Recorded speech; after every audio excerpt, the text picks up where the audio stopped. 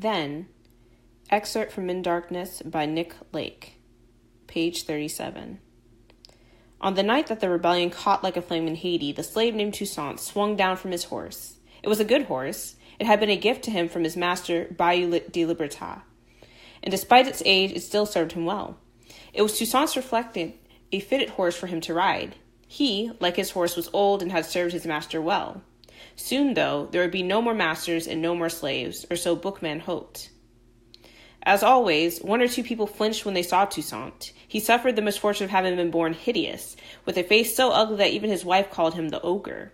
His nose was both flattened and swollen, an unusual combination, whilst his eyes were small and deep-set. He carried the face around with him everywhere. It was like a calling card, a badge. He was known by it. But he reasoned perhaps it was better to be known than not, that no one could say that you had never existed. No one could turn you into a ghost.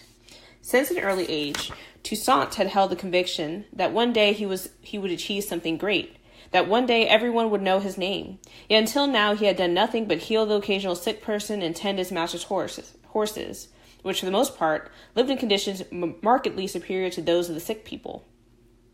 He did not even know how to read or write, and it struck him as he stood in the marshy place, with the torchlight flickering through the trees, that it was too late. He was too old.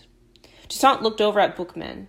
The man was nearly as aged as Toussaint himself, in his late 40s at least. His face was a crisscross of incisions. His pride and his tribal belonging had been cut into his skin when he was a child, and now he was on the other side of the world and was allowed no pride, no belongings. The ground underfoot was spongy and wet. This was marshland, the Bois Camin, and Toussaint could see in the darkness to the west, silently slithering, the alligators that had given the wooden depression its name. He shivered, although the air was warm and humid. What are we doing? He thought. This is madness. Toussaint had always felt out of place when he was too clever for his confrere, but too black to truly socialize with his master. His twin sister, born a minute after him, had died of diphtheria before she could walk, and he could only remember her now as an indiscriminate visage ghost, a blur on little chubby limbs giggling. He had never had friends. He had never considered himself as belonging to a society of slaves, only as an individual. And the ceremony was no different. He couldn't totally give himself up to this hysteria, nor could he repudiate it. Africa was in his blood, even if he wasn't of the Dahomey race that had been primarily responsible for bringing voodoo to Haiti. He slowly made his way over to the assembly, and Bookman greeted him warmly. They had first met many years ago, for Bookman was a close friend of Pierre Baptiste, Toussaint's godfather, who had taught Bookman his smattering of Latin and theology. After Pierre Baptiste had died, Bookman had continued to come to Toussaint's home, had drunk with him, played cards with him, talked with him. He was a great friend and confidant, even if his zeal was sometimes excessive.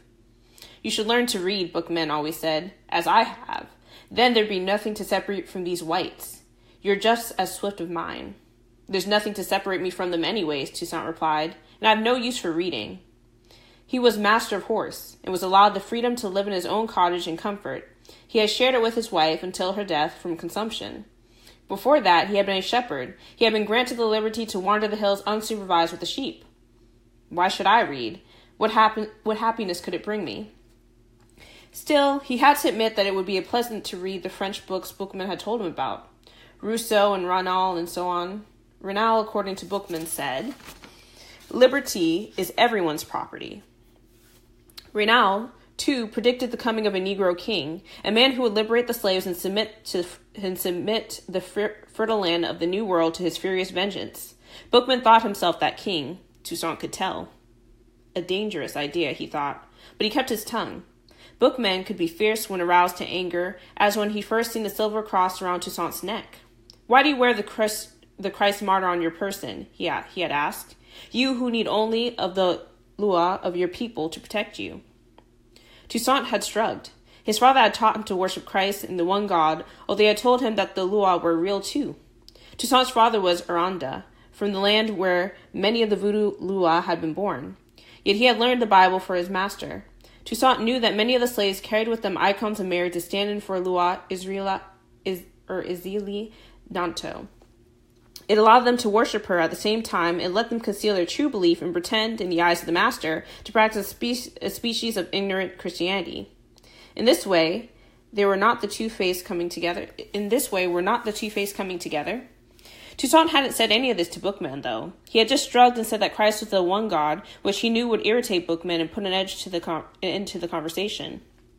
In truth, he had inherited from his father a complicated attitude towards religion. He considered his father's view, that all gods should be given their due, as being representative of the qualities people wish to nurture in themselves, to be largely correct. It was also his father who had taught him to use simples, which many Christians consider tantamount to witchcraft, and how to draw them from the growing things all around. Sarsaparilla to clean the blood, catnip to calm babies, quassi to stimulate the nerves and to expel worms. Toussaint had healed his master more than once, and his children, and had been repaid kindly. All this meant that Toussaint was both a Christian and a believer in the old ways. He may not want to utterly reject the God of his ancestors, but, by the same token, why should he reject the Catholic faith his master had taught him, so beautiful and mystical in its dedication to the notion of a single divinity, and of which Pierre Baptiste had spoken so eloquently? This ceremony, then, tonight, in the boggy lands of Boscaman, was all Bookman's doing. It was voodoo superstition, and Toussaint didn't believe it, but he came despite his battle with contradictions. He had been lucky, he knew. He had seen the whip scars on the backs of his fellow slaves, had seen children plucked from their mother's breast and their necks broken. He had seen men killed for falling asleep on their feet. He himself was free after a fashion, but he could see that his brethren were not. He believed in Bookman's cause, even if he didn't believe in the blessing Bookman insisted on applying to it. "Tonight," Bookman shouted to the crowd that had gathered, "we rise up. It is time for rebellion against the whites. The mulatts demand their freedom. The slavers repaid them with blood." 2 months earlier, the mulatts had revolted against the whites. These mulatts were the half-breeds, that is, the sons and daughters of white men and black women, for the opposite configuration was unthinkable. Mulatts had more freedom than the blacks, but of very limited kind. They weren't chattel, but they weren't citizens either. They had tried to overthrow the whites, only to be brutally repressed. Their insurrection has been a crushing failure, but has one lasting repercussion. It had inspired the blacks. "Now," shouted Bookman, "the slavers will come to learn the real meaning of fear." A general and wordless acclamation greeted this. People roared and cheered. France declared that mulatts, the bastard son of slavers, and slaves free. Yet what does France say of the Negro slaves? Mothers to those men of color who grow her sugar, who prepare the indigo for her fine clothes? Nothing. Nothing. Bookman gestured to the blind hooligan beside him. "Before we fight, we must join the spirits to our cause. We must be sure that the old gods are on our side and the ancestors who in turn have become gods." He gestured to the ground at his feet. Toussaint looked down to see that there was a patch of earth darker than the surrounding it, an oblong patch about the length of a man. Bookman picked up a spade that had been lying on the ground. Toussaint wondered why he hadn't noticed it before and was beginning to have a bad feeling. 2 nights ago, said the hooligan, one of our number bravely volunteered to be made a zombie. Toussaint clenched his fist. He had heard about this practice. It was deep, dark voodoo. A person would be given certain plants, the extract of a certain fish, and these would conspire to slow his heartbeat, his breathing, so that on cursory inspection he would appear dead. Toussaint could imagine what would happen when these ingredients were combined. Following this, the zombie would be buried and later exhumed to see the world anew. Toussaint had always thought that the process a punishment. Why had the man, Toussaint shivered, to acknowledge the possibility that there was a man buried under this dark patch of ground, chosen to be treated like this? "The man under our feet is the first soldier in our war," said Bookman. "He has died and he will be reborn tonight. He has traveled to the land under the sea where the dead live. He has been guided by Burn Samadhi, the Lua of cemetery. Into the death he has caroused with our ancestors under the waves. He alone knows the disposition of the dead." Ah, thought Toussaint. So the man is a kind of ambassador to the spirits of the ancestors, to the Lua. What a ridiculous farce, and how unpleasant, too. Bookman bit down into the earth with a spade. It only took 1 scoop before he struck a wooden box. Quickly he cleared the earth from it, and then someone else stepped down to help him pry off the lid.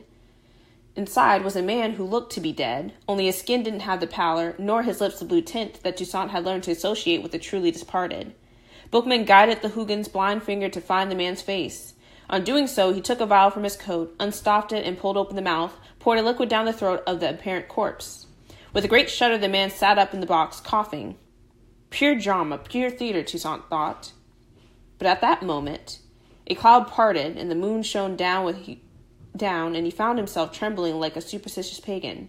"Control yourself," he thought.